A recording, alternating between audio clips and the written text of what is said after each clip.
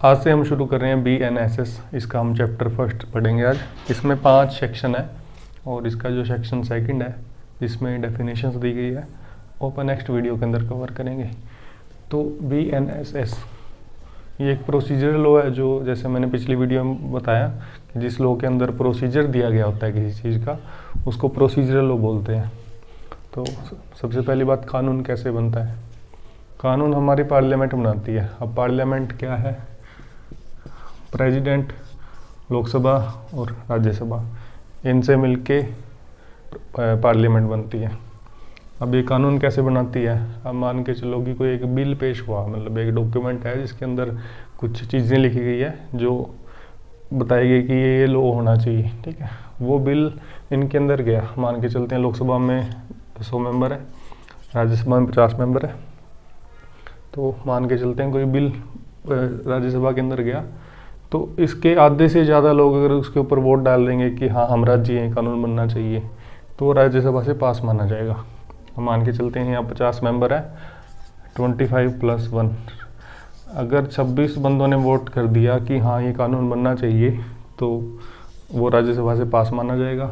उसके बाद वो गया लोकसभा के अंदर। अब लोकसभा के अंदर 100 मेंबर है, 50+1। अगर 51 मेंबर वोट करते हैं कि हाँ ये कानून बनना चाहिए, तो दोनों हाउस से पास हो गया, लोकसभा से भी पास हो गया, राज्यसभा से भी पास हो गया। उसके बाद जाता है प्रेसिडेंट के पास। अगर प्रेसिडेंट उसके ऊपर साइन कर देता है तो वो जो बिल है वो कानून का रूप ले लेता है, ठीक है। तो मैंने ये क्यों पढ़ा है? क्योंकि इसमें दे रखी है डेट, जो ये 25 दिसंबर 2023 लिखा हुआ है। इसका मतलब ये है कि ये सारी कार्रवाई होने के बाद 25 दिसंबर 2023 को प्रेसिडेंट ने इसके ऊपर साइन कर दिए थे और ये कानून बन गया था। मतलब कि ये जो बिल था वो इनएक्ट हो गया था। इसमें आ रहा है क्या? नहीं आ रहा। इनएक्ट हो गया था 25/12/2023 को। इनएक्ट का मतलब है कि इसने एक एक्ट का रूप ले लिया था 25 दिसंबर 2023 को। और उसके बाद बात ये आती कि लागू कब हुआ, तो ये 1 जुलाई 2024 को लागू हुआ था, ठीक है। 25 दिसंबर 2023 को तो ये इनेक्ट हुआ था, इनफोर्स हुआ था ये 1 जुलाई 2024। 25 दिसंबर इनेक्ट, 1 जुलाई इनफोर्स, मतलब कि 1 जुलाई से इसने अपना काम करना शुरू कर दिया था।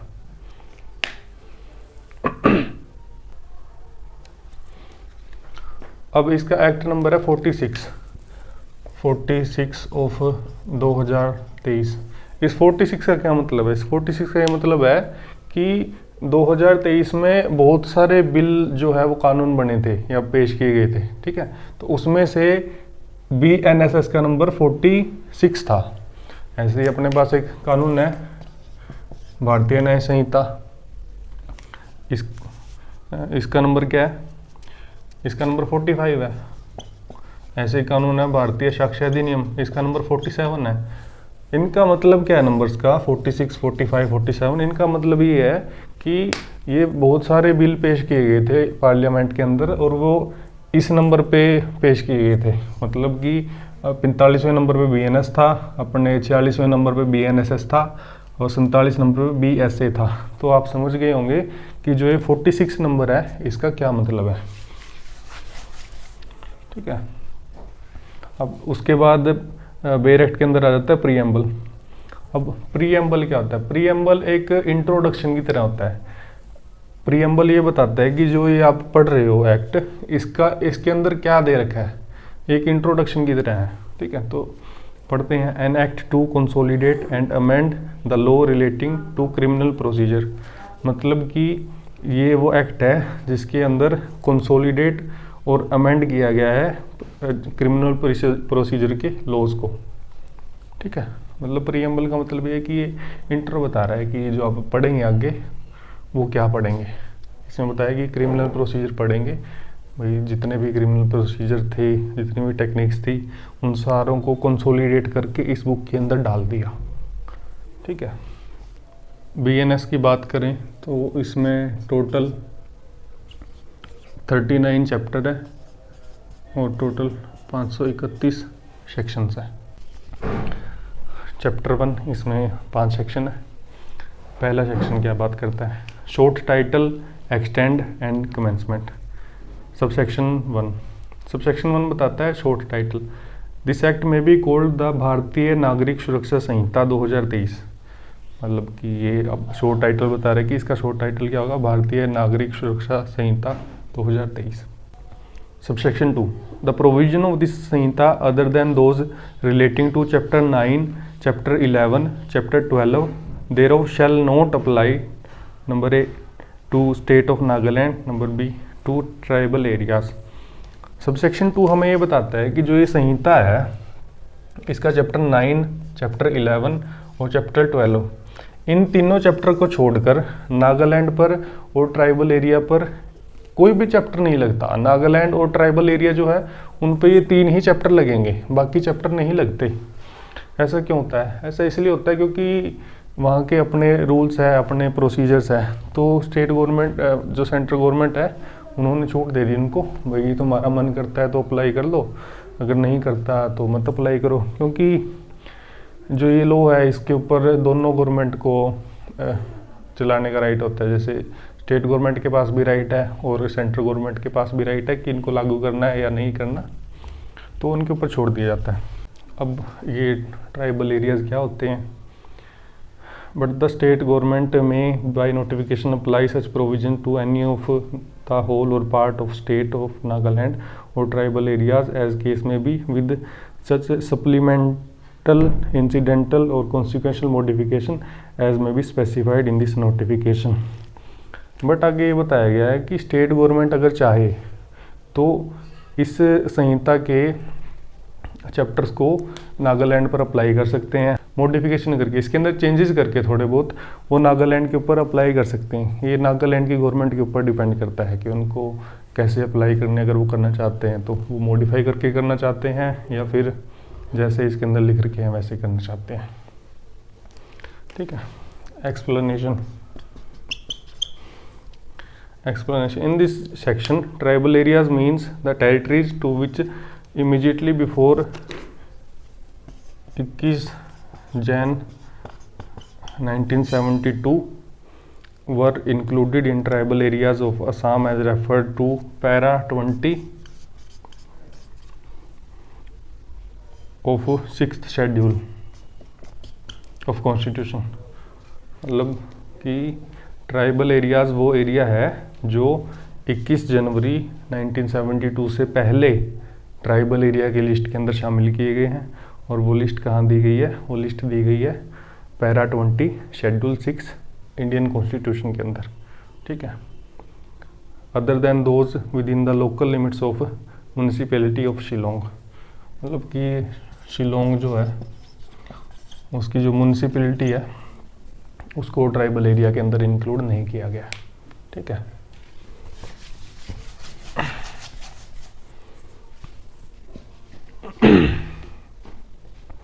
Subsection 3, it shall come into force on such date as central government may by notification in official gazette appoint। इसमें कहा गया कि ये कब इन्फोर्स में आएगा, तो जब सेंट्रल गवर्नमेंट नोटिफिकेशन निकाल के बोल देगी कि उस दिन आएगा इन्फोर्स में, तो उस दिन आ जाता है। तो सेंट्रल गवर्नमेंट ने क्या क्या नोटिफिकेशन निकाली और बोले 1 जुलाई 2024 से ये इन्फोर्स में आ जाएगा, ये काम करने लग जाएगा, तो ये काम करने लग गया। ठीक है, ये था अपना फर्स्ट सेक्शन। पहले तो शॉर्ट टाइटल बता दिया, दूसरा ये बता दिया कि कहाँ अप्लाई होता है, कहाँ अप्लाई नहीं होता, तीसरा ये बता दिया कि कब अप्लाई होगा, कब इन्फोर्स के अंदर आएगा, कब काम होने लगेगा। ठीक है, section 3, construction of a reference unless the context otherwise requires any reference in any law to magistrate without any qualifying words.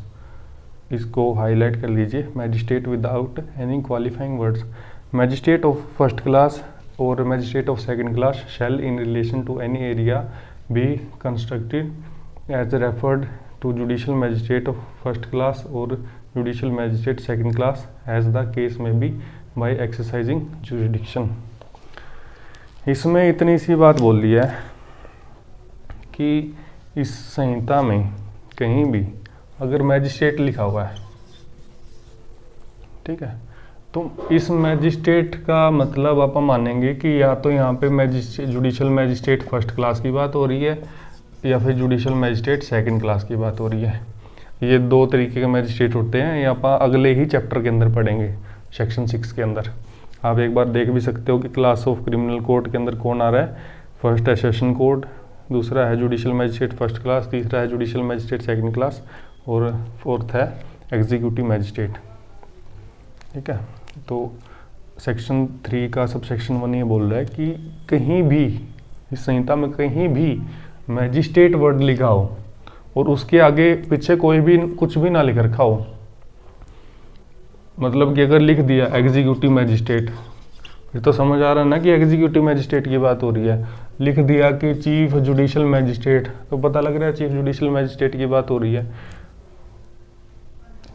लिख दिया डिस्ट्रिक्ट मैजिस्ट्रेट, तो इनसे तो पता लग रहा है कि किस मैजिस्ट्रेट की बात हो रही है, बट अकेला मैजिस्ट्रेट लिख दिया, अब ये पता थोड़ी लग रहा है किस मैजिस्ट्रेट की बात हो रही है।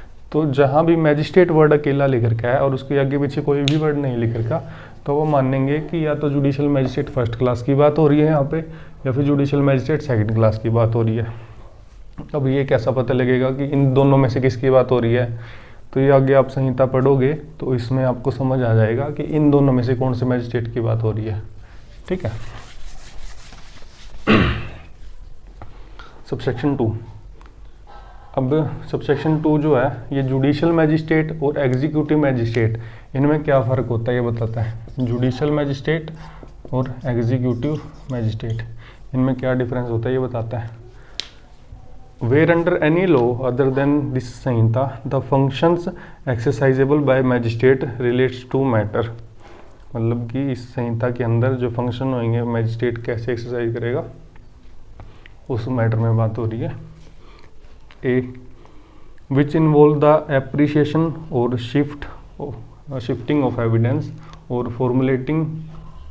formulation of any decision which expose any person to any punishment or penalty, detention in custody, pending investigation, inquiry, trial, would have the effect of sending him for trial before any court, they shall subject to the provision of this Samhita be exercisable by judicial magistrate। मतलब कि जो भी यहाँ पे matter है, punishment, penalty, detention in custody, inquiry, trial, अगर ये function कोई मैजिस्ट्रेट कर रहा है, यानी कि ये फंक्शन किस मैजिस्ट्रेट द्वारा किए जाएंगे? जो जुडिशल मैजिस्ट्रेट होगा उसी के पास पावर है इन फंक्शन को करने की, इन फंक्शन को एक्सरसाइज करने की। Penalty, punishment, inquiry, detention, trial, ये काम कौन कर सकता है? ये काम सिर्फ जुडिशल मैजिस्ट्रेट कर सकता है। ठीक है, सबसेक्शन 2 हमें ये बताता है विच आर एडमिनिस्ट्रेटिव और executive in nature such as to grant of license, the suspension or cancellation of license, sanction a prosecution or withdraw from prosecution, they shall subject to the provision of clause A be exercisable by executive magistrate। और दूसरी तरफ ये बात बोल रहा है कि जब भी कोई एडमिनिस्ट्रेटिव वर्क है, ठीक है, या फिर एग्जीक्यूटिव वर्क है, उसके अंदर क्या नेचर हो गया, कोई लाइसेंस है ग्रांट करना है, ठीक है, या फिर उसको सस्पेंड करना है, या फिर उसको कैंसिल करना है, ये काम किसके द्वारा किए जाएंगे? ये काम एग्जीक्यूटिव मैजिस्ट्रेट के हैं। तो सेक्शन 3 का सबसेक्शन 2 हमें ये बताता है कि जुडिशल मैजिस्ट्रेट के क्या काम होंगे और एग्जीक्यूटिव मैजिस्ट्रेट के क्या काम होंगे। तो जुडिशल मैजिस्ट्रेट के काम आपने देखे कि punishment, penalty, detention, inquiry, trial, ये काम है जुडिशल मैजिस्ट्रेट के। दूसरी तरफ एग्जीक्यूटिव मैजिस्ट्रेट जो है उसके काम क्या है? कोई एडमिनिस्ट्रेटिव काम करना या एग्जीक्यूटिव काम करना, जिसके अंदर लाइसेंस को ग्रांट करना, लाइसेंस को सस्पेंड करना और लाइसेंस को कैंसिल करना शामिल किया जाता है। आई होप आप समझ गए होंगे। Section 4 trial of offences under BNS and other laws. Subsection 1. All offences under BNS shall be investigated, inquired into, tried and otherwise dealt with according to the provision of hereinafter contained. मतलब कि अपना जो BNS है, भारतीय न्याय संहिता, इसके अंदर जो भी क्राइम वगैरह दे रखे हैं उनको इन्वेस्टिगेट, इंक्वायरी, ट्रायल या फिर अदर जो भी उसकी डीलिंग होगी वो BNSS की प्रोविज़न के साथ ही होगी, BNSS की प्रोविज़न के साथ ही होगी। ठीक है, मतलब इसमें जो भी ऑफेंस होगी ना, कुछ भी चोरी, डकैती, मर्डर, मार पिटाई, कुछ भी हो गया, BNSS में जो भी दे रखा है उसकी इन्वेस्टिगेशन, इंक्वायरी, ट्रायल या फिर जो भी कोई भी कार्रवाई होनी है BNSS की प्रोविज़न फॉलो करके होगी। ठीक है। Subsection 2. All offences under other law shall be investigated, inquired into, tried and otherwise dealt with according to the same provision, but subject to any enactment for time being in force regulating the manner or place or of investigating, inquiring into, trying or otherwise dealing with such offences. दूसरा subsection क्या कहता है? दूसरा ये कहता है कि और भी कोई ऑफेंस है ना, किसी और एक्ट में कोई ऑफेंस है तो उस पर भी BNS ही लगेगी, लेकिन अगर उस एक्ट के अंदर स्पेशली लिख दिया कि इस तरीके से इंक्वायरी करो, इस तरीके से ट्राई करो, इस तरीके से इन्वेस्टिगेट करो, फिर वो स्पेशल एक्ट के अंदर जो लिख रखा है उस एक्ट के प्रोसीजर को फॉलो करेंगे। मतलब कि सबसेक्शन 1 ये कहता है BNS के जो भी ऑफेंस होंगे, चोरी, डकैती, मर्डर, लूट, जो भी है, अगर इनकी इंक्वायरी वगैरह कुछ भी करनी है BNSS को फॉलो करो, इसमें जो प्रोविज़न दिए हैं इसको फॉलो करो। लेकिन कोई अदर ऑफेंस है ना, बोल दिया कि अदर ऑफेंस पे भी BNSS लगेगी, लेकिन उसमें अदर ऑफेंस में अगर स्पेशल प्रोविज़न दे दिए तो स्पेशल प्रोविज़न को फॉलो करते हुए उनकी कार्रवाई करो, इन्वेस्टिगेशन, इंक्वायरी या जो भी करना है उन स्पेशल प्रोविज़न को फॉलो करते हुए करो। मान के चलो कि कोई टेररिस्ट घुसा है इंडिया के अंदर, ठीक है, किया क्या है उसने, आके यहाँ पे कत्ल ही तो किए हैं, कत्ल किए हैं तो दूसरा सबसेक्शन ये कह रहा है कि कत्ल किए तो हाँ ये प्रोविज़न फॉलो करो। लेकिन किसी एक्ट के अंदर स्पेशली ऐसा लिखा हुआ है कि अगर बाहर से आके कोई टेररिस्ट इंडिया के लोगों का कत्ल करता है तो इस पर्टिकुलर प्रोसेस को फॉलो किया जाएगा, इस तरीके से उसको अरेस्ट किया जाएगा, इस तरीके से उसको जेल के अंदर रखा जाएगा, इस तरीके से उसकी कोर्ट में पेशी होगी।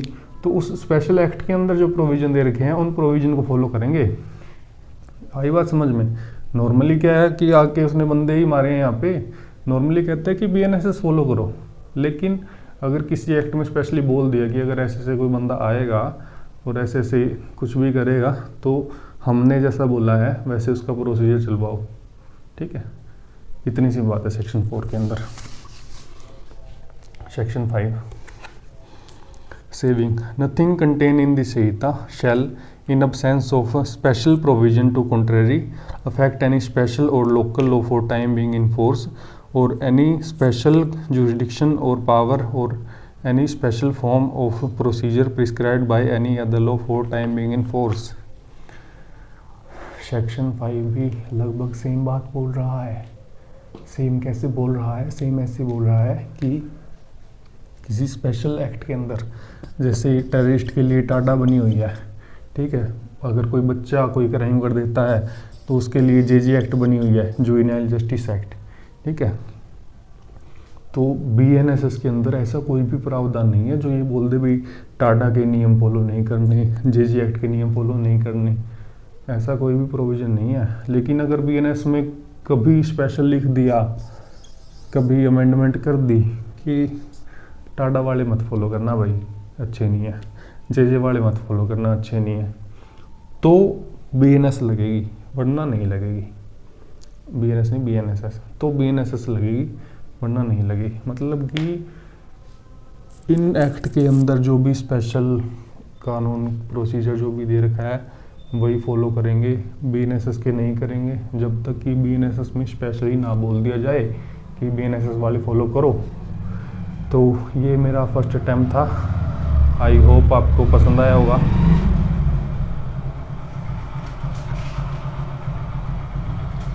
तो ये मेरा फर्स्ट अटैम्प्ट था, आई होप आपको पसंद आया होगा। अगर पसंद आए तो लाइक कीजिए, कमेंट कीजिए, शेयर कीजिए, सब्सक्राइब कीजिए, जो करना कीजिए। Bye bye.